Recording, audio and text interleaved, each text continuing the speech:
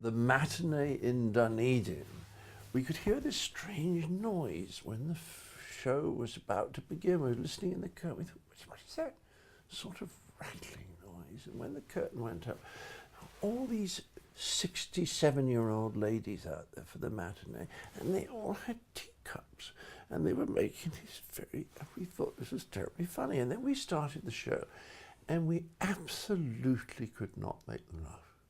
They were perfectly happy sitting there thinking, oh, these nice young men, you know, they've shaved very nicely, you know, and their hair is very neat, and, you know, their clothes, and they polish their boots and all this kind of thing. They liked us. They had no idea what the comedy was about at all.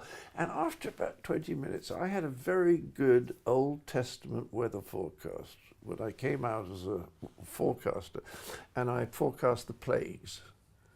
And there was a line then moving in from the south-southeast, boils. Always got a huge laugh. So I said to the others, I said, I'm going to get the first laugh today. And they said, you won't make them laugh.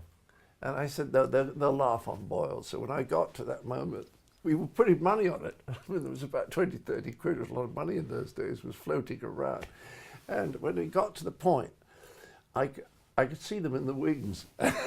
I said, and moving in from the south-southeast, I said it really loudly so that their deaf aids would pick it up. I said, boils. Nothing. Except screams of laughter from the wings. I work with Sellers a lot. That's in the book, because I actually wrote for Sellers for about 18 months, and I wrote 3 movies for him. But I liked Peter Sellers. He was very nice to me. And I saw this horrible biopic of his, you know, on television. And I saw bits of him crazy. Most people have got crazy bits, you know. And in his case, I suspect he was very crazy some of the time. But he was so friendly and wonderful to work with. I mean, the laughs were just terrific. He used to take us to the theatre. He took us to Hair. And would you joke with him? Oh, yeah. Yes, we joke. And he was very funny. He told wonderful stories about the sort of music hall days. I had a lovely time there, and I also adored Seacombe. Right. I met him, and he's just one of the best people in the world, you know. It was just all heart and warmth and fun and kindness, and much sharper than you'd think with someone so sweet. I mean, he said to me once he'd always been puzzled at the London Palladium why they would roar with laughter at all the sketches, and then when he sang opera, he said there'd be even more applause. And yet when he was singing the opera, they didn't really seem very interested. And he said, I suddenly realized that the reason they clapped so much after I'd finished the opera was that they were applauding themselves. And I thought that's a very...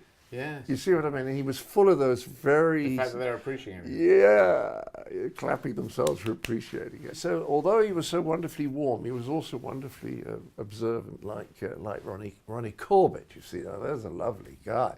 It always seemed to be Ronnie Corbett, and I met Ronnie Corbett, was very similar to the Ronnie Corbett you thought would be the guy who used to sit in the chair and tell the jokes, whereas Ronnie Barker, played from Fletcher to Ronnie Barker, seemed quite a country man. Barker was an actor, if you see what I mean, a character actor. Right. When I first met him in '66 doing the Frost Report, everyone knew his face, but they didn't know his name because he didn't play big leads in those early days, you know, but he could do anything. He could do a Bulgarian peasant or an aristocrat. He could do absolutely anything. But he was very much an actor and a very jolly man, whereas Ronnie Corbett was more of a performer. Ronnie could go out in cabaret and bring the house down, you know, as a solo act, and that wouldn't have been, because Ronnie Barker would have had to be in character. You see what I mean? Yes, it would have been a monologue in character, whereas Ronnie Corbett could really go out and just talk to the audience. I mean, it wasn't exactly his personality, it was his personality,